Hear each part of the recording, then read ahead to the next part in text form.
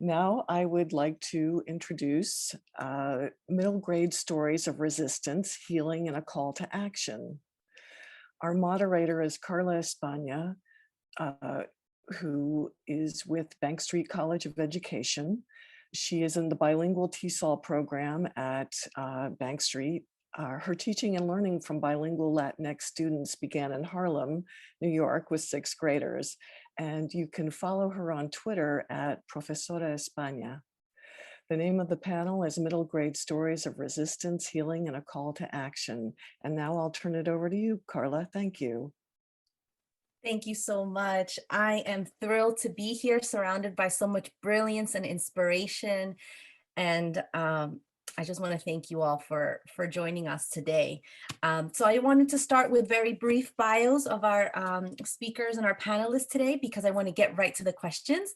So we have Ernesto Cisneros, who is the author of the 2021 Pura Belpre award-winning novel. I don't have it with the sticker, but woo! Yes, I see everyone celebrating. Throw some love in the chat.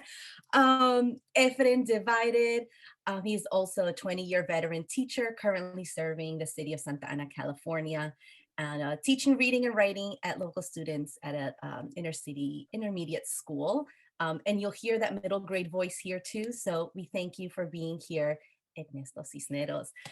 We also have with us Alexandra Diaz, who is the author. Hey, Alexandra, who is the author of The Only Road and the sequel, The Crossroads, so you know her work. Also, I didn't know this, but I love learning about this. Along with her mother, she translated the two books, which I didn't know. Well, how beautiful is that? Into Spanish, El Único Destino and La Encrucijada. And also today we'll be hearing about Santiago's Road Home. So thanks for joining us, Alexandra. And we have with us too, Aida Salazar. Aida Salazar is the author and arts activist whose writings for adults and children explore issues of identity and social justice. She is the author of the critically acclaimed middle grade verse novels, The Moon Within, and we'll hear a lot more of Land of the Cranes. So welcome, welcome, welcome everybody. Oh, I need a deep breath because this is so, I'm just thrilled and so inspired. And I dropped in the chat for all of you the link so you can get these books. So I wanted to start with a question that connects us to our title, Middle Grade Stories of Resistance, Healing, and a Call to Action. I'd like to acknowledge both the weight and the possibilities of this moment together. And just thinking about that, what's a current source of healing for you these days? Maybe a practice, a song, a memory.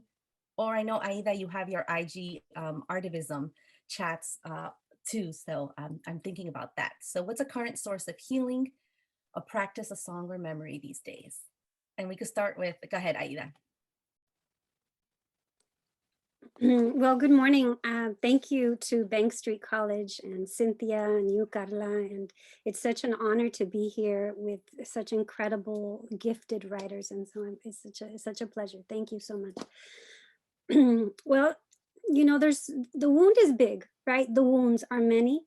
And so I think that for me particularly, I'm always in a process of healing, always using my life, how I move in the world, what the projects that I embark in as a source of healing. Right now, I'm in the middle of this great project called Latinx Luna, which is a 31-day Instagram challenge to spread period awareness and to kind of rewrite the narrative around menstruation in Latinx communities.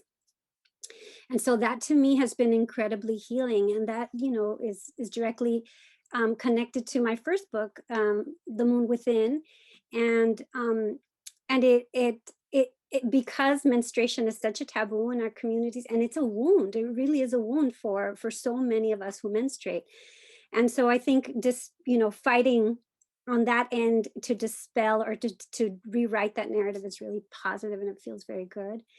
And then of course I started this this project called Artivism, which is just an Instagram live series of conversations with different kinds of artists I've been blessed to be to have grown spent my whole adult life around many artists of all different genres and métiers, and it's just been a really rich experience. And they're all happen to be fighters for social justice, and so I've been interviewing them, and that's been really, really beautiful. But the other thing that I've been doing a lot is sleeping.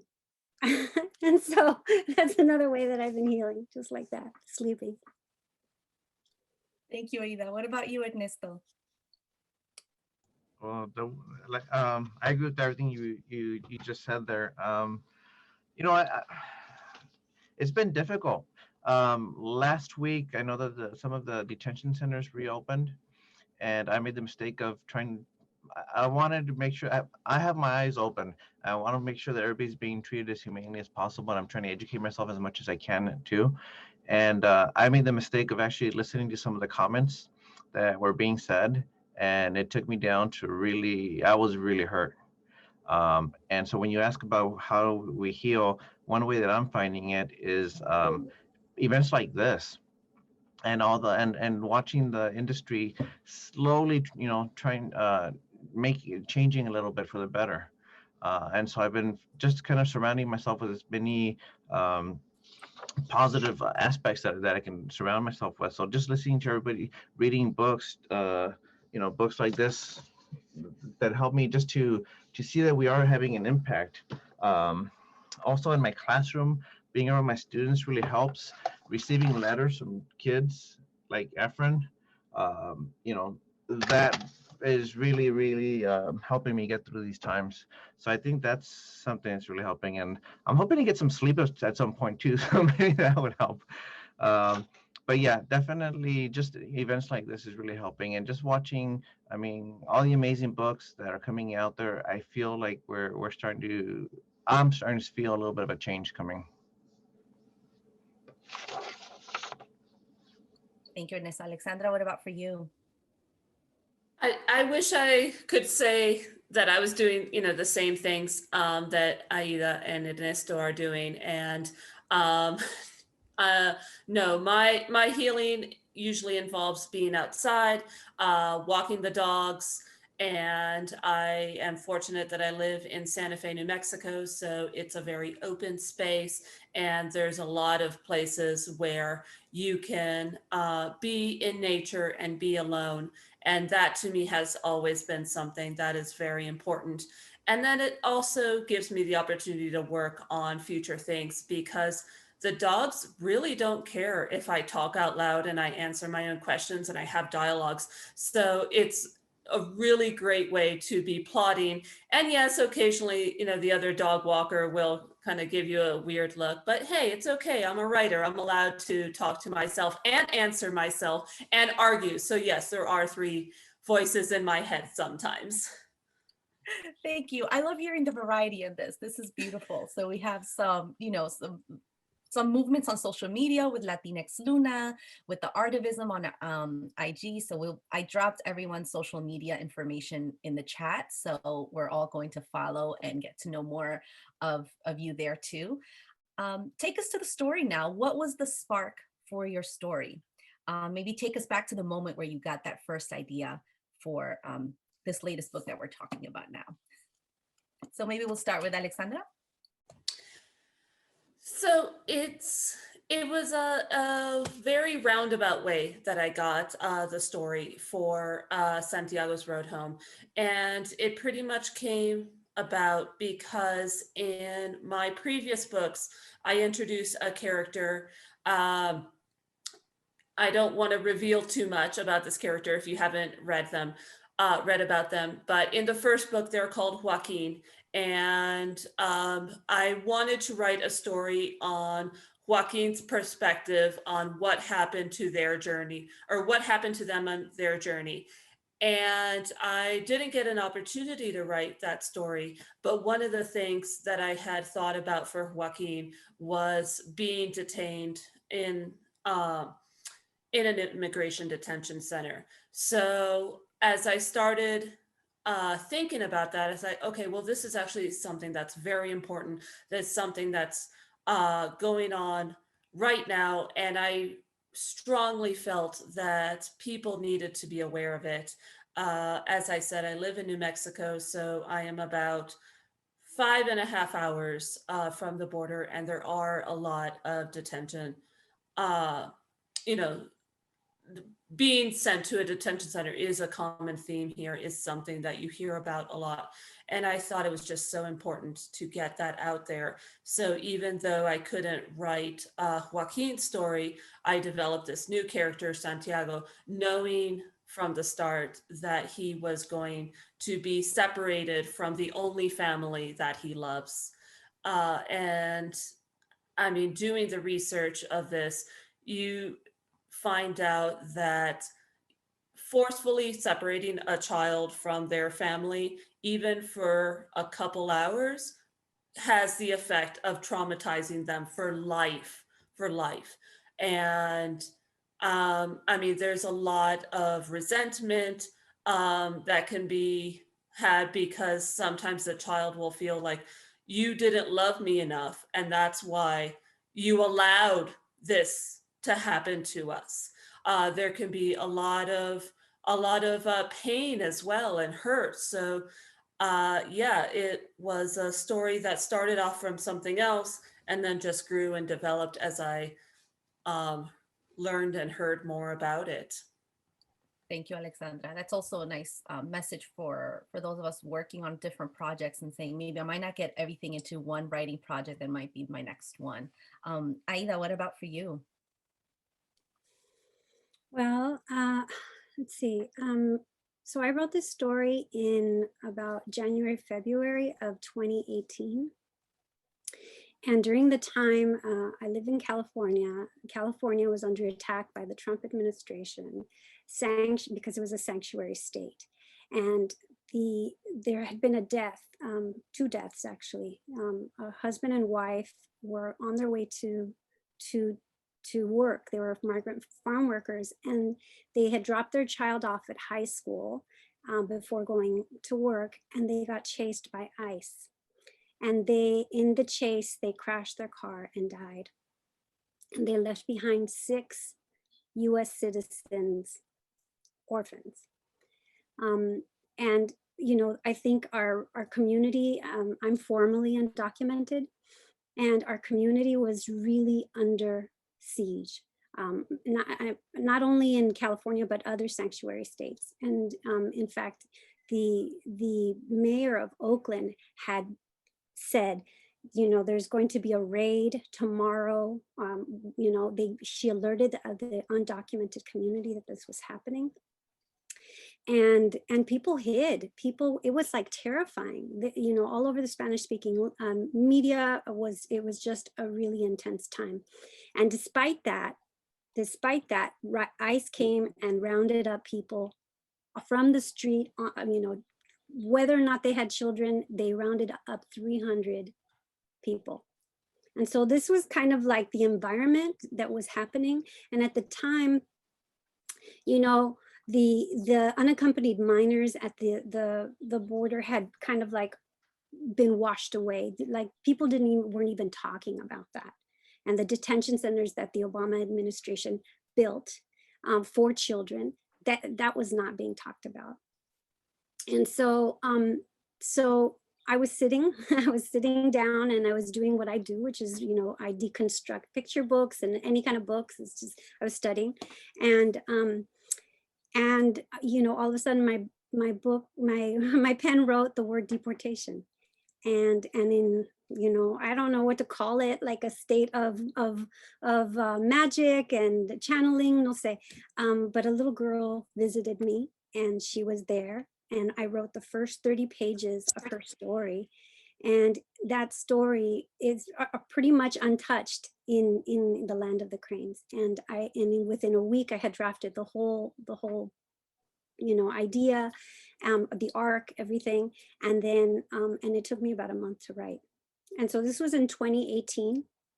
The book sold in March, and in June of 2018, that's when we saw the separation of children at the border, and the whole world's eyes turned their attention to that. So it was, you know, my shock and dismay, but not disbelief in some ways, because I know that this was the level of terror that my community was experiencing, and this little girl needed to tell that story.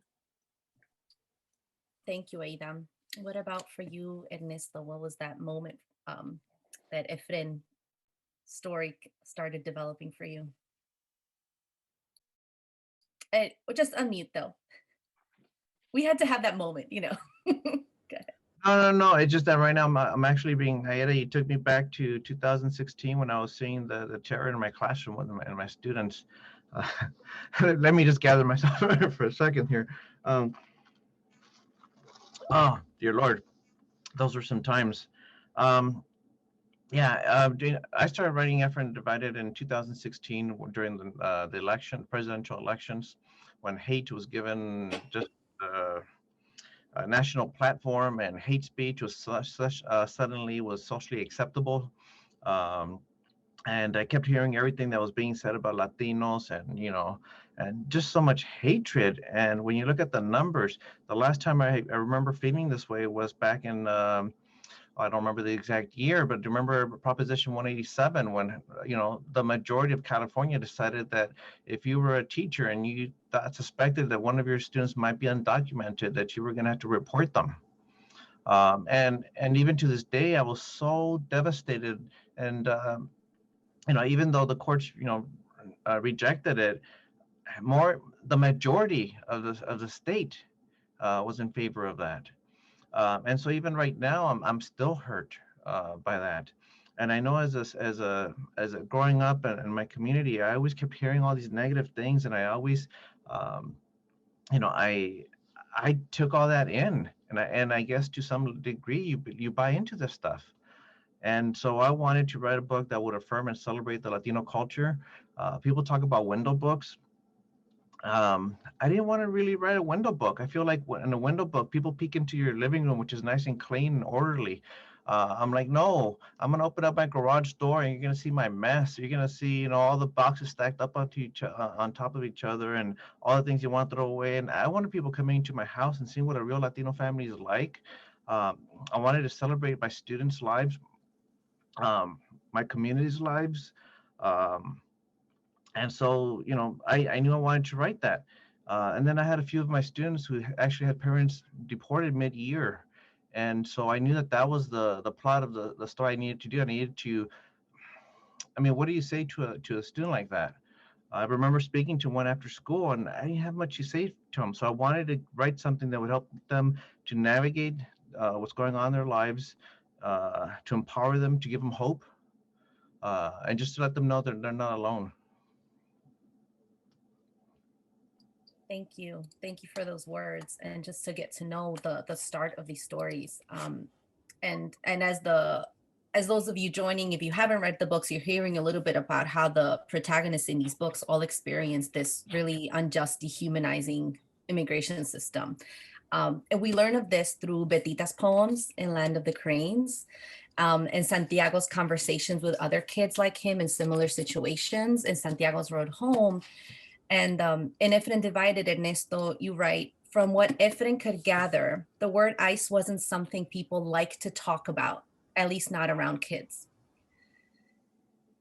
So we're all taking deep breaths as you're sharing this. So my question to you is, can you walk us through some of your writing rituals or routines, or the ways you navigated this process of developing these characters and experiences? Because it's real, it's happening. So how did you just navigate that writing process and take care of yourself as you did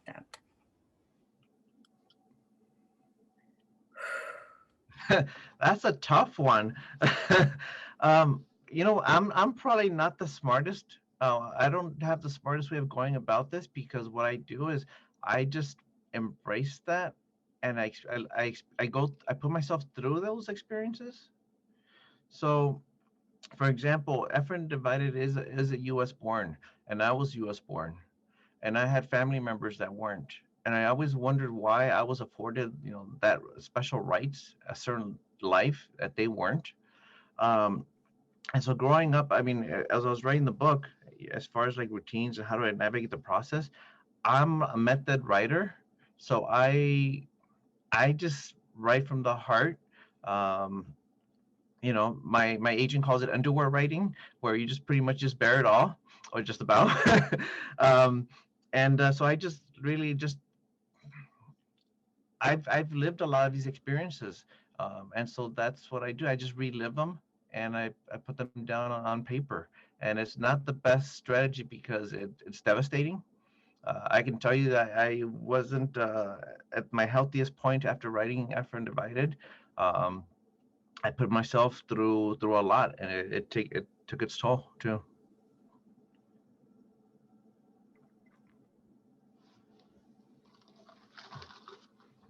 But that's all. I'll go. Yeah, Alex? Were you done, Ernesto? Yes. Okay. So part of my writing process is listening.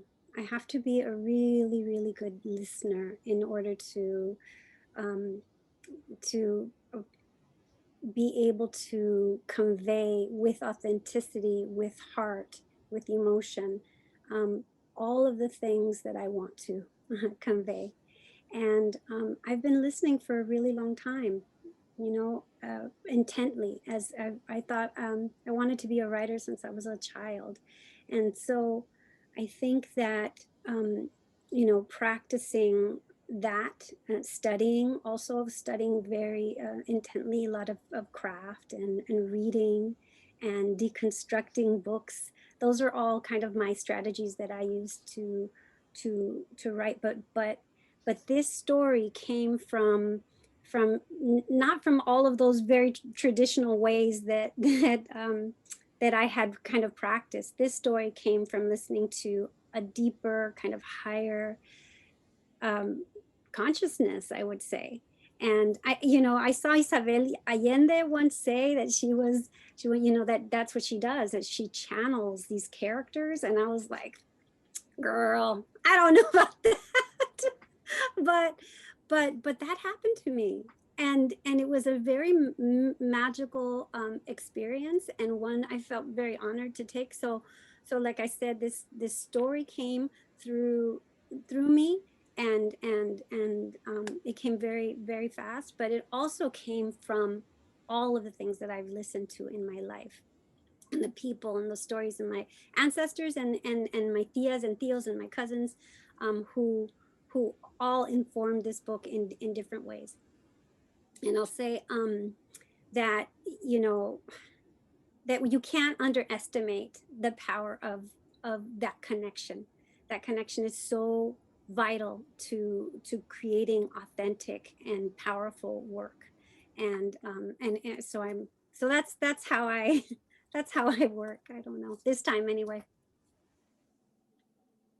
You go ahead, Alexandra, and maybe, I know because you mentioned research earlier, so if you wanted to talk about that too, Alexandra, in your writing process, and considering the weight of this topic, but also all the research that you had to do. Yeah, I was actually going to start with just agreeing with a lot that Aida has said about listening to your surroundings, but also listening to yourself. And that is something that I feel is really, really important. I often put myself into my characters' shoes, and even like Ernesto was saying, it's very hard, and it's challenging and heart-wrenching, and you make yourself vulnerable as well when you're writing these stories. But for me, that is definitely such a big part of the creative process is, how would I behave in this kind of situation? What would be some of the things that would affect me, that I would feel scared by or not scared by? And then at the same time, you have to realize that your characters are their own individual characters. So yes, there's always going to be a part of you in every character that you write. but at the same time, they're not you. So they do need to make their own choices. They do need to make their own mistakes. And for me, that's actually when a character really comes to life, is when, they're saying, mira, I hear you, pero I'm going over here. And you're like, no, no, mijo, yo quiero que vayas por acá. And no, you're not the boss of me. I'm going to do it my way. So I always feel like that's when you have a truly developed character, is that when they are making their own choices and mistakes, and you as a writer are like, okay, that's your choice. You're right. I can't control you. And then going into the research aspect, yeah, so I was pretty much reading anything that I could get my hands on. And a challenging thing on that was that things kept changing. So we went through 2 different administrations, and with the Trump administration, everything was pretty much changing on a daily basis. So it was what tidbits do I hold on to, and what tidbits do I make it a fact. For example, there was talk about toothbrushes being a luxury item in detention centers. I mean, oh my God. And yes, so I put, that little tidbit in saying, hey, there's talk about depriving us toothbrushes because they are luxury items. Another thing that really impacted me was that it costs over $700 per child per day to keep them in these miserable situations. And I know several people who have lived quite comfortably on $700 a month and supported their whole family. I have even done that myself. So, just like, the outrage that, you have these children in this horrible situation, and yet $700 per child per day for them to sleep on the floor with metallic blankets and maybe not even have a toothbrush. So yeah, it's very hard. And you do need to take care of yourself, and you do need to be able to say, okay, I understand this is what's going on, but I do need to take care of myself. And whatever that self-healing that, we were discussing, I think that's really important. And then I also did have an immigration lawyer friend of mine read the book. And she was great because she has actually worked with a lot of people in detention centers, and was able to say, actually, this is not even happening anymore. You're not allowed to have an education, which at one point was something that was standard, that every child was entitled to education. She's like, nah, that's not happening anymore. Thank you so much, Alexandra. And so much goes into just like the personal journey of writing, it sounds like, but also the research part of it. And I wanted to go a little bit into that personal part of it for Ernesto and Aida. What nuances from your particular like Mexican American identities did you weave into your story? Aida? Go ahead, Ernesto, if you want to go ahead. Okay. All of it. I like I said, I wanted to affirm the Latino culture, and so as far as like, I just went back to my life and to my experiences and everything that all my memories that I have, and I have this theory that memories are the ones that we hold on to. They're there for a reason. They're there because they're meaningful. They're impactful, and those are the ones that I believe we should share with each other. And so everything that I'm just grateful for. And it was funny because I remember my mom, after the book came out, she was kind of surprised that, and even my siblings, they were like, wow, you put down these details, we didn't know you were paying attention, type of thing. And I'm like, oh, I was watching everything, and it's and the first chapters, it's basically my mom making sopes for us. And the thing is, it's not so much the sopes. It's the idea that she spends 70 hours in a factory with ironing and, with steam, and her hands would be hurting. And yet she comes home and she's still cooking for us. And I would just marvel at the way she would pinch the edges, and then she wouldn't burn her fingers. Well, of course, she works with steam all day long. So, she's used to the temperature. And, and so you can't help but notice these things. Details like my dad, me waking up really early, and I'm like, oh, I'm going to go say bye to my dad because it's dark. And I don't know what time. It's like 4:30 in the morning. And I get up. There's no sign of him. He's gone. He's already gone to work. So those are the details that I wanted to make sure that I put on there. And quite honestly, when I wrote Efrén Divided, it came after 14 years of not being able to sell my work. So this was something that I was going to print this out. I was going to share it with my students in my class, and that's who I wrote it for, and for my kids. I actually kind of was apologetic to my agent when I submitted this to her, because my students were like, "Oh, it's the best thing we've ever read. You gotta get it published." And I'm like, "I'm sorry. I know you wanted something that you could actually sell, something that people would be interested in. I'm sorry. I ended up writing this story here because I felt the need to." And so I handed it over, and I didn't know that would, 2 weeks later, we had an offer from HarperCollins. So it was just, yeah, I just took my family and all the things that I cherished, and I put them on paper, and then I had no idea that it's kind of like Aida, you say that your book was a gift to you. This Efrén Divided was a gift to me too.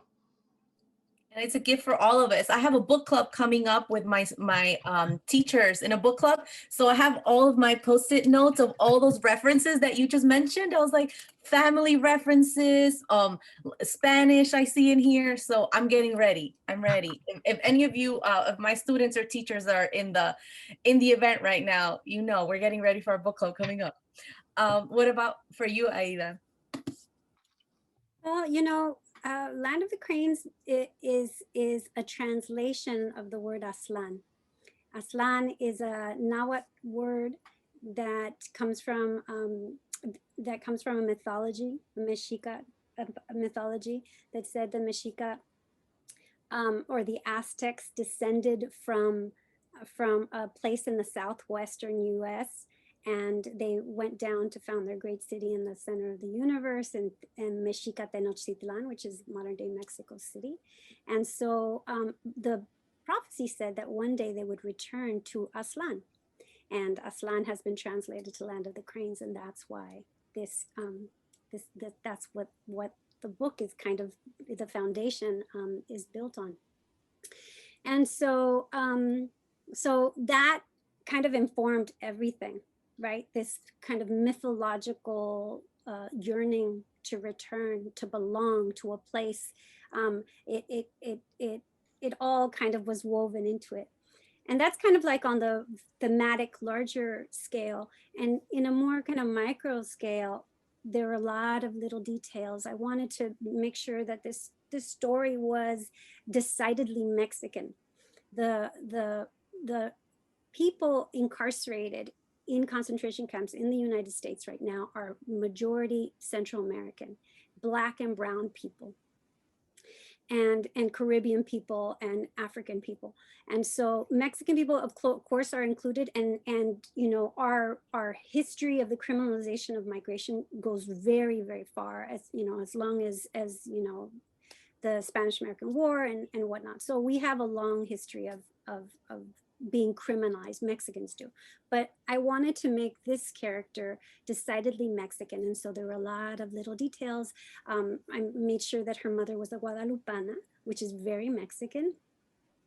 I made sure that there's one poem in there called Community Corn, and I wanted to show a very Mexican community, and how people wash their driveways with Lysol or Pine Sol, or how they they venerate the La Virgen de Guadalupe on that day, and the Aztec dancers and all this stuff that happens in the community. So and then, ranchera dancing. My parents, I grew up with my parents dancing rancheras in the morning, sometimes on Saturday mornings. It was such a loving, beautiful experience. So I put that all into the story. And And the rosary beads to me are very Mexican, but it also made the leap. I also wanted to, because once they get inside the detention center, that the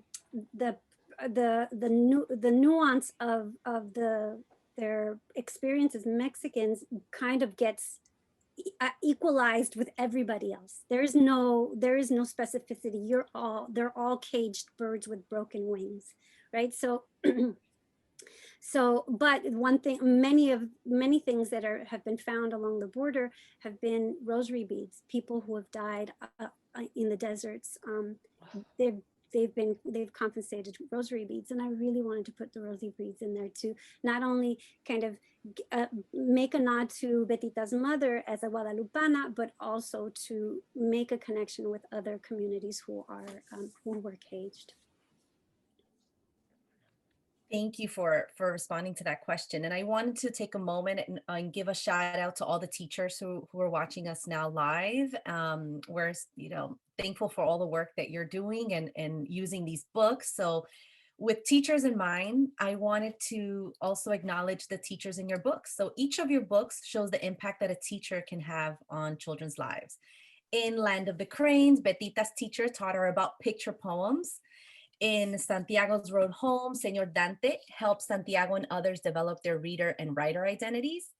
And in Efrén Divided, we see the development kind of Mr. Garrett, who made significant growth as a person and teacher. So what informed your writing as you created these characters? And Alexandra, do you want to share? It's interesting because I spent a lot of my childhood being homeschooled, so I didn't really have any good teacher role models, and the ones that I did have were not supportive at all. And when I was in second grade, my reading level was actually so poor that I was told I had to repeat second grade. I didn't. I changed schools, but that's kind of my experience with teachers, is that they weren't supportive of who I am and what my needs were.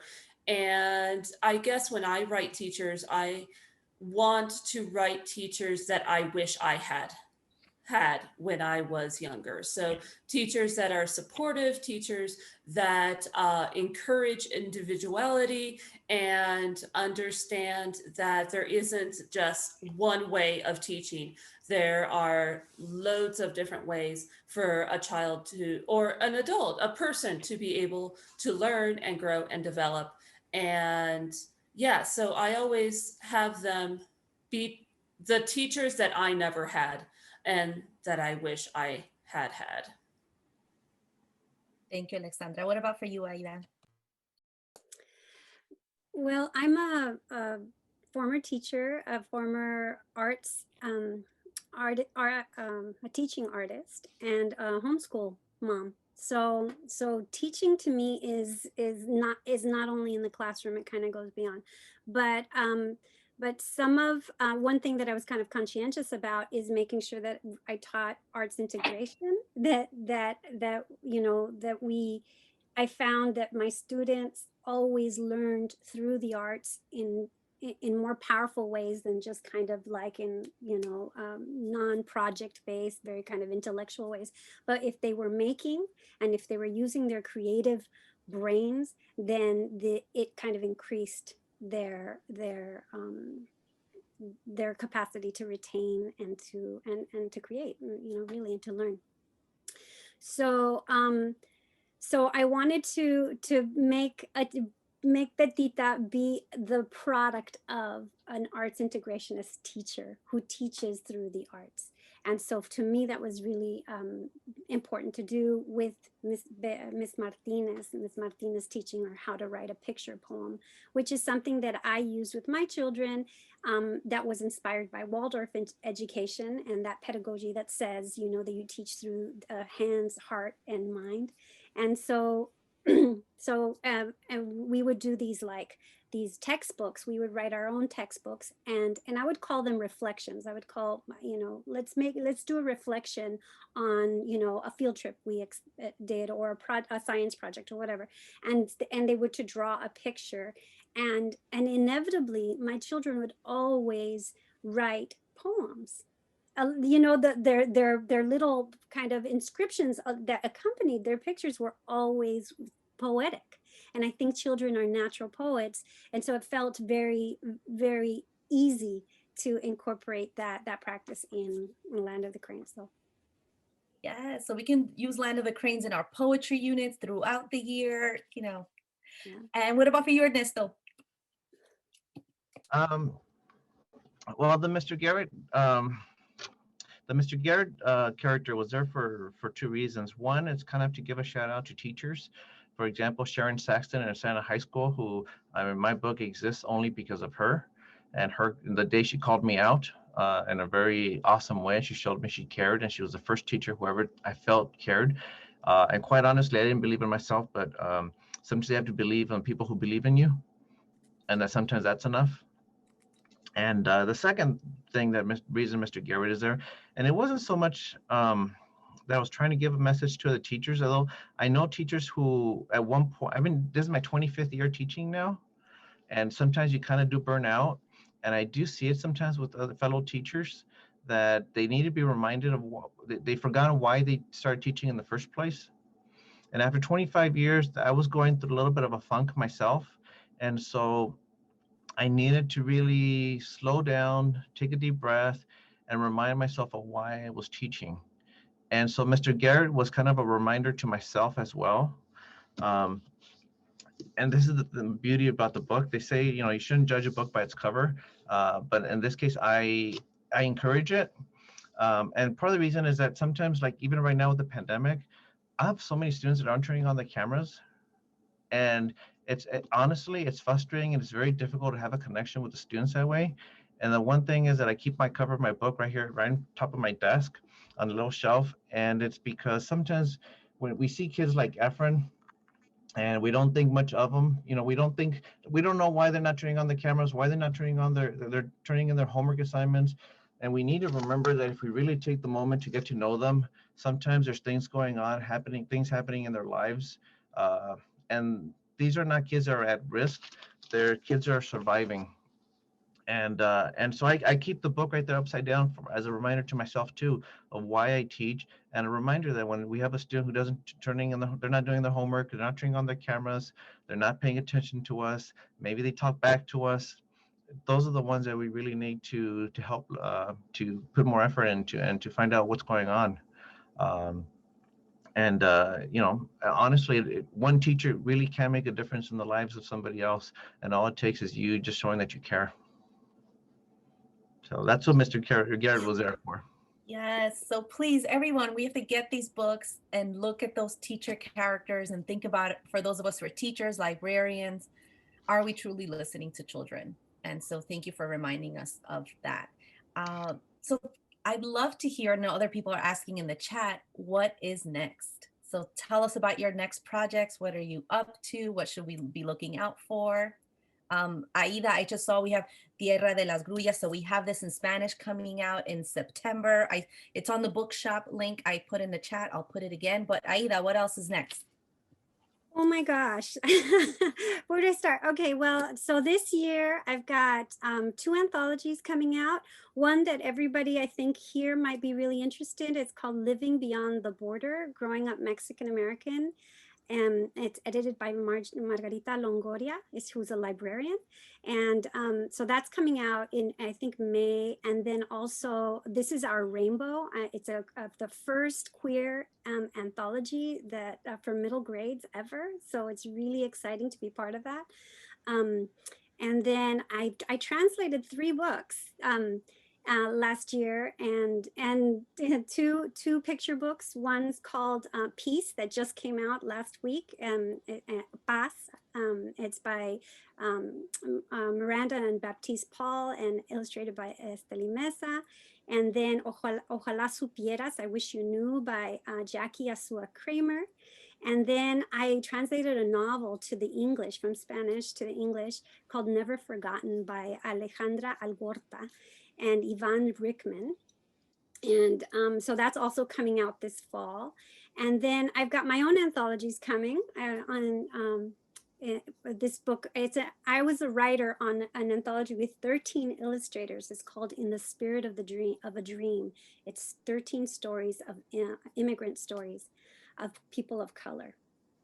And then I've got an anthology coming in the spring called The Gift, and that's the one that I am editing, and that is about it's an incredible cast of writers, authors of color writing about menstruation, which is like also a first of its kind. So it's really exciting. And then I'm working on a couple more novels. I've got like 2 novels that I'm a graphic novel in verse, and then one that I'm doing for Penguin with Nancy Mercado, which I'm really excited about, which is about Dolores Huerta and El Teatro Campesino. So. Okay, so basically we need to follow your social media because I cannot keep up with this, and and we'll get to know everything as it comes out. Woo. All right, Ernesto, besides having all the teaching on your plate, so that's happening. So you're teaching, and what else are you working on? Not that much. Teaching right now is taking up most of my time, to be honest. But my next book's going to be coming out early 2022. So hopefully things will be, I still have to see what the author experience is like, because having been published during my only book came out during the pandemic, so I don't know anything different. So we'll see what it's like. But it's called Falling Short, and it's a story told in 2 different point of views about two best friends who turn to each other to become the better selves, the best versions of themselves. I'm also just finishing a book called Bound Together. I'm co-writing that one with Sarah Shiger, Lisa Moore Rami, and Mary Cruz, and it's called Bound Together. And that one's actually a book about different point of views and how the pandemic has impacted children differently from different backgrounds. So we have the Asian American aspect, the Latino aspect, Asian American, African American. So we have and the Jewish perspective as well. And that's pretty much what I'm working on. That, and just mostly just teaching. I mean, I just marvel at the teaching already. So thank you for even sharing your experiences and your writing in other ways outside of the classroom. And Alexandra, what's next? I am actually working on my parents' immigration story coming from Cuba in the 1960s. So this is historical fiction, but very, very fictionalized version of what my parents went through. And so I just got feedback from my editor on that. So it's still very much in the writing process.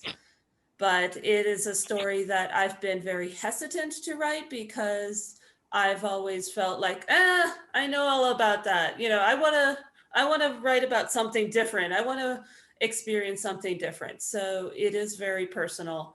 But yeah, it'll be interesting to see how it turns out.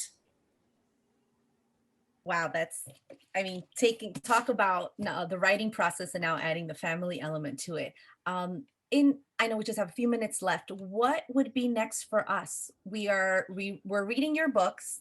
Like Ernesto, we're horrified by the news of what's still happening to migrant children, refugees, and what detention centers the names, it might be called differently, like an overflow facility, but we're still horrified at the injustice of the reality. And so what do we do, right? So we're reading your books, we're sharing them with our students and our teachers. Do you have any organizations that you recommend that we should also get to know, follow, and support? Go ahead, Aida. So today, actually, and later this afternoon at 1 o'clock my time, there's going to be an event. I'm working with a group called Suru for Solidarity, which are which is a Japanese-American multi-generational organization that is helping to shut down detention centers. And why? Because they are survivors or descendants of survivors of the World War II detention camps in the US. So, and it's been a pleasure. We're going to do an event, and right now there is a young boy who is going to be featured at this event because it's a youth event, artists who are doing work, and they're doing this boy and his mother have been living in sanctuary for the last 3 years, and their stay of deportation has been denied, and so they need help. So come to this event. I'll put the link in the chat. Ernesto, any recommendations for us? Yes, there's two. One of them is the Never Again Action, which is a group that's kind of similar. And they're a Jewish organization who promised that they would never allow this kind of behavior to ever happen again.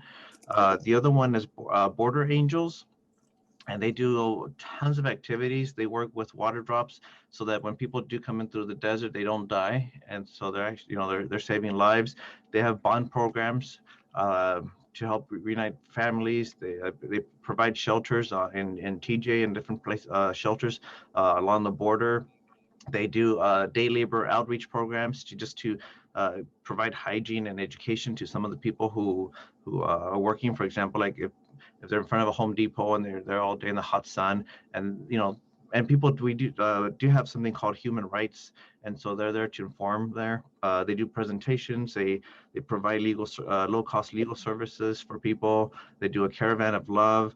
So they do a lot of different activities. Border Angels is definitely an organization to be aware of. And real quick, one more thing that we also, the other organization is the Latinx community and the authors. That's another very powerful organization because what we're doing is that, politics aside, we're reminding everybody that we're talking about human beings and we're talking about children. And whatever people's politics is, we can't lose sight of that fact. So. Thank you, Ernesto. And our final, Alexandra, your recommendations. It's a little bit of a different organization. It's Libros para el Viaje, and it is put on by Denise Chavez, who is an adult author, and she runs a bookstore in Las Cruces, New Mexico. So they've been doing a book drive for a couple years now to provide books for people who are either detained or waiting for their court dates or whatever their personal situation is. So that's something that I really recommend. And then I also tell teachers to have their kids write to their senators and their representatives and actually, say, hey, I have read this book and I am bothered by what is going on. Can we please do something to change that? So giving the kids an actual tool that they can use to try to make a difference. And I think it's really important for lawmakers to hear from the youth what their points of view are and what they're feeling, especially like Ernesto said. I mean, yes, these are people, these are humans, and these are also children, and they're children like most children. They laugh, they love, they breathe. So, there really isn't anything that should set them apart from everyone else. Thank you, Alexandra. Thank you, Aida. Thank you, Ernesto. Ha sido un placer, un honor, una inspiración. Can you please hold up your books? Because I do want a selfie. And we know we love the selfies for our social media. I wish I could hold them all up, but wait, maybe I can. Here we go. All right, ready? Okay, can you all take a selfie? Because I'm going to try right now. Ready? 1, 2, 3. We love you. We appreciate you. And we can't wait to revisit these books with our students and teachers. Gracias. Thank you. Yeah, Abrazos. gracias. Thanks Oh. everyone for attending. Thank you, all four of you, for that incredibly moving and very informative talk. I so appreciate it. And to everyone who's spoken today, I hope you will all come back to Bank Street soon. Thank you very, very much.